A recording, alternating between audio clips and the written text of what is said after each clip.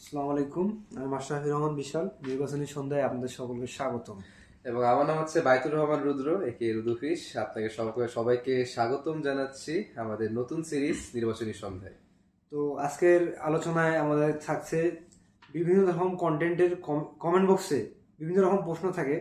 তো আমরা কিছু র্যান্ডম প্রশ্ন বেছে নিয়েছি এবং সেগুলো আমরা বিশ্লেষণ করার চেষ্টা করব। ফার্স্ট, এবার নির্বাচনের পরে কি দুর্নীতি বন্ধ হবে? দুর্নীতি মেইনলি হচ্ছে যে দুর্নীতি জিনিসটা হচ্ছে কি, এটা কখনো একদম বাংলাদেশে যে আমরা যে কান্ট্রিতে আছি এটা টোটালি একদম শেষ হতে ব্যানিশ করাটা কোনোভাবেই পসিবল না। এটা তুমিও জানো, এটা আপনারাও জানেন। কজ একটা জিনিস চিন্তা করে দেখেন, একদম বাস্তব কথা বলি, হ্যাঁ, বাঙালি জাতি হিসেবে আমরা এখনো 1000 বছর পিছিয়ে আছি। আপনি হয়তোবা আপনি দুর্নীতিটা কিছু সংখ্যক কমিয়ে আনতে পারবেন, কিন্তু আমার মনে হয় না যে একদম টোটালি দুর্নীতি একদম টোটালি গায়েব হয়ে যাবে এমন ছিল। যে এখন যেসব মানুষ যে হাইপ ক্রিয়েট করতেছে যে যে সরকারি আসবে, হোক সেটা জামাত, হোক সেটা বিএনপি, হ্যাঁ, হোক সেটা অন্য দল, ওদের হয়তো ধারণা করতে পারে যে একদম টোটালি একদম দুর্নীতি একদম নাই হয়ে যাবে। এটা একদম সম্পূর্ণ ভুল ধারণা। দুর্নীতি থেকেই যাবে, কারণ হাজার হাজার কোটি টাকার ভিতরে যদি লেনদেনের ভিতরে যদি সামাজিক টাকা পয়সা সরায়, এটা কি টের পাওয়া সম্ভব? অবশ্যই সম্ভব না। এটাই। তো সেকেন্ড কোশ্চেন, আমাদের সেকেন্ড অনেক কোশ্চেন আছে। বিভিন্ন এলাকায় বিভিন্ন জায়গায় চাঁদাবাজের পরিমাণ অনেক পরিমাণ বেড়ে গিয়েছে আওয়ামী লীগ সরকার যাওয়ার পর। এটি বন্ধ করার একমাত্র উপায় এবং কে ক্ষমতায় আসলে এটি বন্ধ হবে? এই প্রশ্নের উত্তর আমি দিই। যেহেতু মামা দিতে চাচ্ছে না, কোনো রাজনৈতিক দলকে আনতে চাচ্ছে না। আমি আনতে যাচ্ছি না। আসলে শহীদ ওসমান হাদি বলেছিল সে যদি সংসদে যায় সে বাকি 299টা এমপির ঘুম হারাম করে দিবে। ইন্নানিল্লাহি ওয়া ইন্না ইলাইহি রাজিউন। সে আমাদের মাঝে আর নেই। তা আমরা তাকে অনেক সম্মান করব, তার প্রতি শ্রদ্ধা জানাই।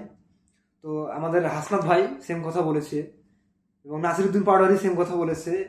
এ কথা আর অন্য কোনো নেতাকর্মী বলে নাই। তো ভাবতেই পাওয়া যাচ্ছে তারা জনগণের অ্যাটেনশন একদম নিয়ে নিয়েছে। আমার মনে হয় তারা সংসদে যাচ্ছে এবং তারা গেলে আংশিক কিছু পরিবর্তন আসতে পারে বাংলাদেশে, সম্পূর্ণ না, বাট তারা যে এলাকায় যদি যেতে পারে তাদের আসনে, তাদের এলাকায় আংশিক পরিবর্তন আসবে এবং বাংলাদেশের আংশিক কিছু পরিবর্তন হবে বিভিন্ন সেক্টরে। এবং তারা যদি সরকারের কোনো মন্ত্রী বা কোনো উচ্চ কর্মরত পদে যায় তাহলে তারা মনে হয় আংশিক কিছু পরিবর্তন আনতে পারবে। কিছু নতুন উঠতি বয়সী পোলাপাইন একটি বাংলাদেশ একটি নতুনের একটি ছোঁয়া পাচ্ছে, যেটা আগে কোনোদিনও দেখা যায়নি। এটা প্রথমবার এই বাংলাদেশের যত নির্বাচন ছিল, আমি মনে করি এটা প্রথমবার দেখা যাচ্ছে যে বাংলাদেশের তরুণ ছেলেপেলেরা সংসদে সংসদের সিটের জন্য নির্বাচনে দাঁড়িয়েছে, যেটা সত্যি অনেক প্রশংসাজনক।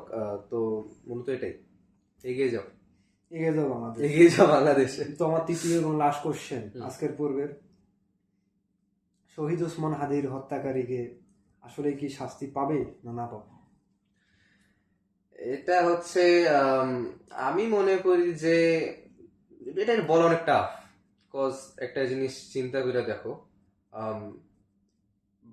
হাসিনা তো পালাই গেল ইন্ডিয়াতে, বাংলাদেশ কিন্তু অনেক কিছু হয়ে যাচ্ছে। মূলত বাংলাদেশ আর ইন্ডিয়ার সাথে সম্পর্ক খারাপ হয়েছে কিন্তু হাসিনার কারণে। এটা তুমি স্বীকার করো, এটা আপনারাও স্বীকার করবেন।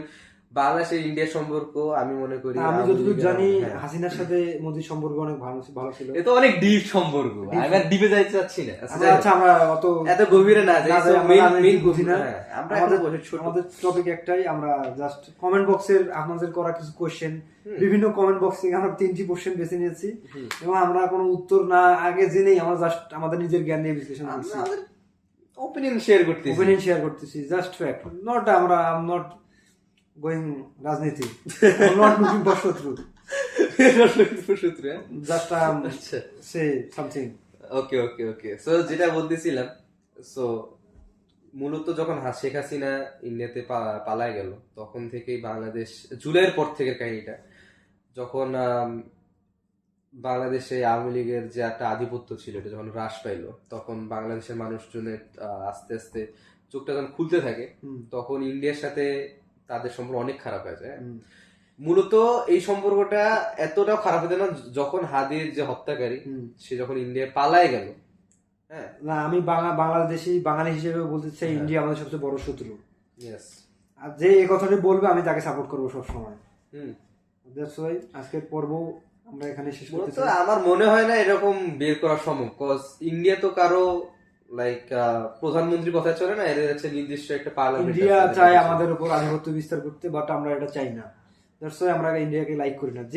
যে ক্ষমতায় আসুক সে যদি ইন্ডিয়াকে হেড করে আমি তাকে সাপোর্ট করবো। Love you too. Love you too. Okay.